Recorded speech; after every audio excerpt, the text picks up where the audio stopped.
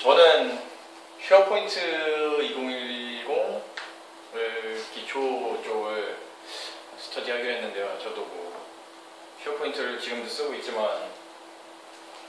조금밖에 안 써서 그런지 맨날 디버깅 하는데도 디버깅을 하면서도 모르고 있었던 디버깅 기능들이 많이 있어서 간단하게 찝어서 이렇게 소개해드리면 처음 하실 때 뭐 도움이 되지 않을까 해서 그런 위주로 해서 딱딱딱 정리를 했거든요. 그리고 그 카테고리 자체도 나눠져 있는 게 어떤 방법과 뭐 어떤 툴이나 이런 것들에 대한 소개식으로 되어 있어서 그런 거 위주로 가면 좋을 것 같아서 소개해드리겠습니다.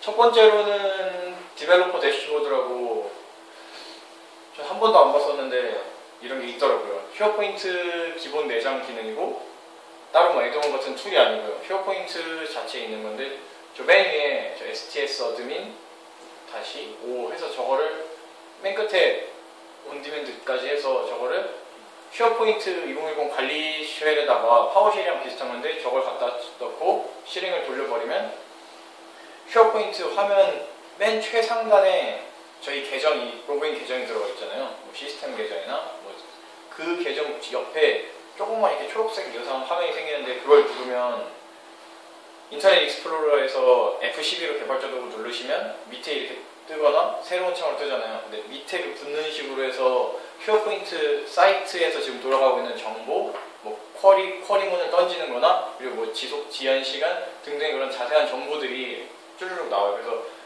아이디도 나오고 그래서 뭐 문제가 생긴 문제들도 막 이렇게 쭉쭉 나오는데 그걸 보면서 뭐 어느 정도의 단서들을 얻고 정보들을 얻을 수 있어서 저것도 껐다 켰다가 가능해서 위에 거는 활성화시키고 아래 코드로는 비활성화시키는 코드인데 똑같이 이것도 파워쉘에 복사해서 붙여넣기로 해서 돌리시면 제일 맨 끝에 온오프로 해서 쟤는 껐다 켰다 할 수 있고요.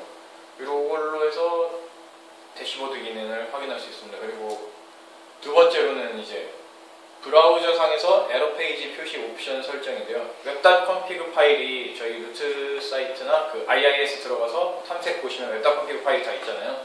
그 부분에서 이제 그 웹.config를 메모장으로 열어서 콜 스택이랑 그 컴필레이션 디버그에서 컴필레이션에 있는 부분의 디버그 쪽을 다 얘네들은 기본이 폴스로 되어 있을 거예요. 그래서 다 트루로 켜주시고 그러면 이제 루트 사이트 쪽이 다 트루로 되는 거고요. 그 다음에 저 커스텀 에러 같은 부분은 그 루트에 있는 웹.config에 넣고 개별적인 애들에 들어가서 보시면 커스텀 에러 모드가 있는데 쟤네를 오프에서 이제 뭐 온으로 바꿔주시면 이제 에러 창이 저희가 쉐어포인트를 할 때 그냥 되게 간단하게 아이디만 뜨는 그 에러 창이 좀 더 자세하고 디테일한 몇 번째 줄에 뭐 무슨 에러가 떴습니다. 아니면 무슨 어디가 뭐 잘못됐습니다. 아니면 뭐 파서우르라든지 그런 식으로 자세하게 설명이 나오는 걸 보고 그걸 단서 삼아서 또 찾아갈 수 있는 그런 걸 켜주는 옵션입니다.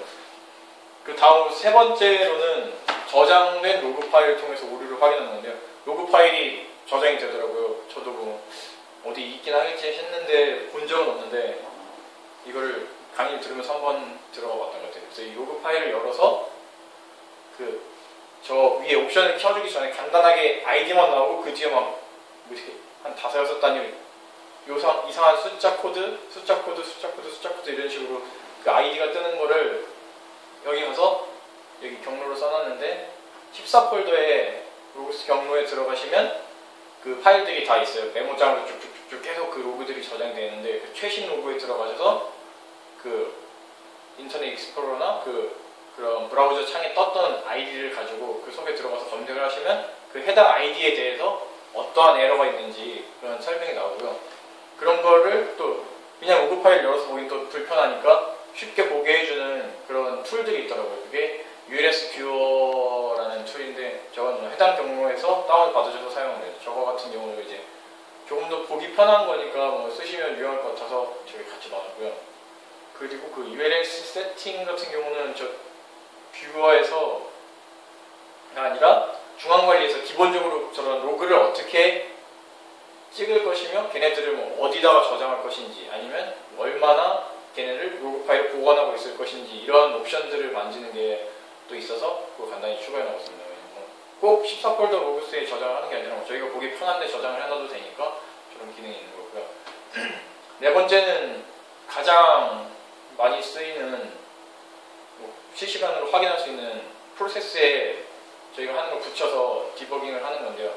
팜 솔루션 같은 경우에는 오탈자가 있는데 W3WP인가요? 그 .exe 거기다가 어태치 시켜서 디버깅을 하면 중간점 찍은 거 이렇게 돌아가잖아요. 그 부분이고요. 그건 저희가 하는 팜 솔루션 코드 디버깅에 많이 활용되고 OWS 타이머.exe에 붙여야 되는 경우 같은 경우 따로 있더라고요. 이게 워크플로우나 뭐 타이머작, 컨트롤 패널, 그리고 뭐 타이머 서비스 같은 거 할 때 저기에 붙어서 활용하는 거라고 하더라고요. 저는 근데 그런 쪽 만들어 본 적이 없어서 아직은 제에 붙여서 디버깅을 해본 적은 없고요. 또 샌드박스 솔루션일 때는 또 SPUC 워커 프로세스.exe라는 애를 똑같이 그 어태칭 할 때 여러 가지가 뜨잖아요. 쭉쭉쭉쭉 프로세스들이 뜨는데 그 중에서 제가 떠있더라고요. 저거에 어태칭을 시켜서 또 디버깅을 하는 거라고 합니다. 저 중에서 저희가 웹 개발할 때는 그냥 IE 익스플로러 거기 .exe에 붙여서 했잖아요.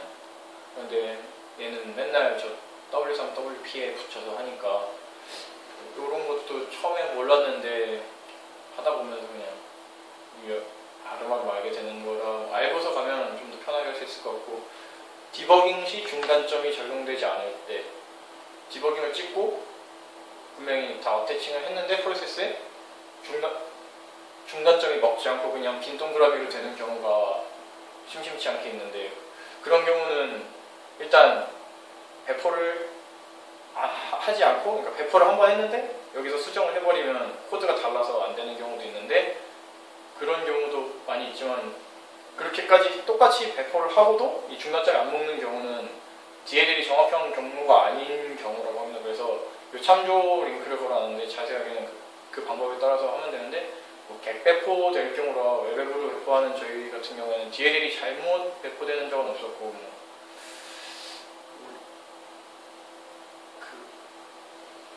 빈 폴더로 웹닷컴피거에 있는 14폴더의 빈 폴더에 저희가 생성한 DLL들이 제대로 안 들어갔을 때 판정은 있었던 것 같아요. 샌드박스 솔루션 같은 경우에 사왔던 거고 다음 걸 설명드리겠습니다.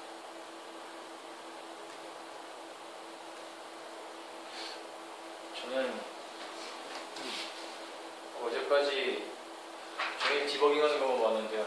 세션이 첫 번째가 디버깅이라 두 번째는 뭐 실버라이트 코드 디버깅 하는 부분인데 얘 같은 경우는 자바스크립트 디버깅 하는 거랑 거의 유사하게 돌아가는 것 같더라고요. 그래서 거의 뭐 실버라이트가 어떤 기반 기술을 가지고 있는지 일단 자세히 몰라서 어떻게 하는지 모르겠지만 똑같이 인터넷 옵션에서 저희가 자바스크립트 디버깅 할 때도 몰라서 디버깅이 안 됐었던 건데 뭐 스크립트 디버깅 사용 안 한 옵션을 다 꺼줘야 되잖아요. 인터넷 옵션 들어가서 그걸 일단 기본적으로 꺼주시고 그 다음에 디버깅을 할 때는 인터넷 그러니까 윈도우 어플리케이션 개발했던 그 인터넷으로 돌리는 웹폼 같은 거 개발했을 때 디버깅 하는 것처럼 그냥 디버그해서 IE 익스플로러에 해서 디버깅 하시면 되고요. 자바스크립트도 거의 똑같은 방식으로 하는데 이거 같은 경우는 이제 인터넷을 띄우고 뭐 익스플로러든 뭐 크롬이든 띄운 다음에 F12 누르면 개발자 도구가 떠서 개발자 도구에서 이제 스크립트 위에 그 상단 탭을 들어가셔서 거기서 이제 또 해당되는 JS 파일이나 뭐 이런 걸 고르셔서 그 스크립트에 찍어서 여기도 중단점을 똑같이 찍을 수 있으니까 디버깅 하시면 되고 얘 같은 경우는 몰랐을 때 저도 그냥 막 자바스크립트는 계속 캐시가 쌓이니까 날려주고 다시 해야 제가 다시 최신으로 반영한 게 반영이 되는데 그걸 몰라서 뭐 옛날 걸 그대로 쌓아놓고 캐시 안 날리고 계속해서 삽질을 많이 했었는데 그거를 위해서 상단 이온 메뉴 보시면 그 디버깅 할 때 보시면 캐시 옵션에서 서버에서 항상 새로 고침이라는 옵션이 있습니다. 들어가서 보시면 있는데 얘를 해놓으면 저희가 굳이 매번 이렇게 뭐 컨트롤 F5나 따로 뭐 그 인터넷 임시 파일이나 그런 거를 다 날리지 않고 그냥 저걸로 하면 편하게 할 수 있다고 합니다. 그리고 3번은 피들러인데요. 저도 피들러를 과장님이 하도 찾으셔서 뭐 하는 거길래 도움이 되나 했는데 일단 호출하는 페이지들을 다 쭉 리스팅 시켜줘서 어디서 문제가 생기는지를 보여주니까 도움이 되고 일단 REST API라는 거랑 같이 엮여서 사용하더라고요. 이 동영상 강의에서는 REST API 같은 경우에는 URL에서 저 REST API 그 문법을 갖다 그 URL 뒤에 갖다 꽂아놓고 뭐 어떤 걸로 픽터링을 하겠다든지 아니면 어떤 아이디를 가진 애를 찾겠다든지를 뒤에 그 URL로 해서 URL 창에 넣고 엔터를 치면 뭐 XML 포맷이든 제이슨 형식이든 데이터들을 쫙 정리해서 보여주더라고요. 그 자기가 원하는 URL이 가지고 있는 정보들을 다 정리해주기 때문에 피들러는 URL 어떤 걸 들어가는지 나오고 REST API는 그거에 대한 정보를 딱 뽑아주니까 저걸 두 개를 같이 해서 피들러 내부에 있는 필터가 있더라고요. 필터에서 필터 옵션을 사용을 해서 REST API로 한 정보로 해서 걸러내면 저희가 찾고 싶은 쪽을 좀 더 쉽게 찾아낼 수 있어서 쉐어포인트 같은 경우는 워낙에 복잡해서 저게 큰 도움이 된다고 합니다. 그리고 마지막으로는 레드게이트 리플렉터인데요. 저도 프로젝트 하면서 DLL 파일 궁금할 때 쓰라고 가르쳐 주셔서 몇 번 사용해서 DLL 파일을 까서 봤었는데 원래 DLL 파일을 까서 볼 수가 없잖아요. 그냥 DLL 파일은 그냥 묶여있고 그 뭐 이렇게 클릭해봤자 그 메소드명이나 이렇게 쭉쭉쭉쭉 적혀있고 땡인데 저 리플렉터가 하는 게 그 DLL 파일을 까서 들어있는 코드를 확인할 수 있게 해줍니다. 그래서 이 같은 경우 프리 버전이랑 뭐 3가지 버전 정도 있어 사이트에서 들어가시면 페이드 버전이 제일 좋은데 한 300불 정도 하고요. 프리 버전만 써도 저는 일단 궁금증은 일단 해결되는데 페이드 버전에 저런 자기가 쓴 코드처럼 확인할 수 있는 거를 넘어서 걔에다 중간점을 찍고 디버깅까지 가능하기 때문에 저희가 쉐어포인트 같은 경우 기본적으로 제공하는 DLL들을 저게 유료 버전을 많이 쓴다면 까서 어떻게 뒷단에서 쉐어포인트가 돌아가는지까지 확인할 수 있어서 이해를 하는데 상당히 도움이 많이 될 거라고 동영상에서도 하고 저도 뭐 막상 뭐 뒤에 대단하게 돌아가나 했는데 뒤를 보면 뭐 별다른 거 없이 똑같이 프로시저 호출해서 파라미터 선정해서 별거 없이 그냥 돌아가는 걸 보면 쉽게 좀 더 이해할 수 있는 것이 되지 않을까. 그래서 팀기로 사준다면 혹시나 쓸 마음은 있는 정도입니다. 그래서 디버깅 툴 같은 거는 제가 링크를 걸어드린 데에서 뭐 쉐어포인트를 쓰신다면 관심 있으면 다운받아서 활용해보시면 나름 유익한 것들이 있고 추가적인 몇 개가 더 있는데 그럼 관심 있으시면 말씀해주시면 제가 사용해보는 몇 개는 드리면 되고. 질문 하나는 REST API 쓰는 거는 저도 다운받는 거예요. REST API는 문법 같이 그게 있습니다. 그래서 피들러 그러면 그 URL 쭉 나오는 거 그 뒤에다가 그냥 뭐 문법대로 해서 뭘 치면 되는 거예요?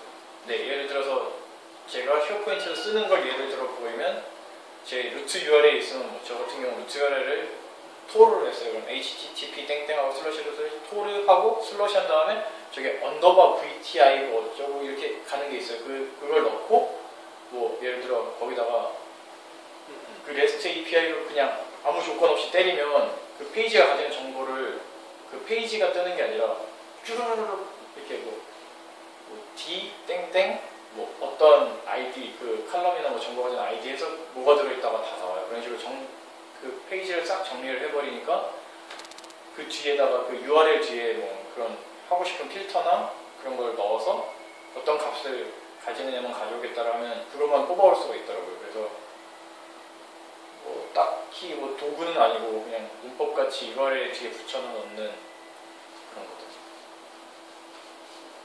저도 피들러요. 네.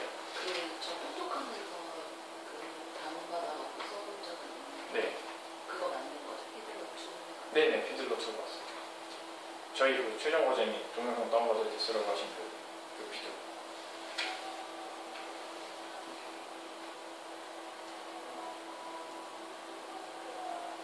저는 다음번에 여기까지.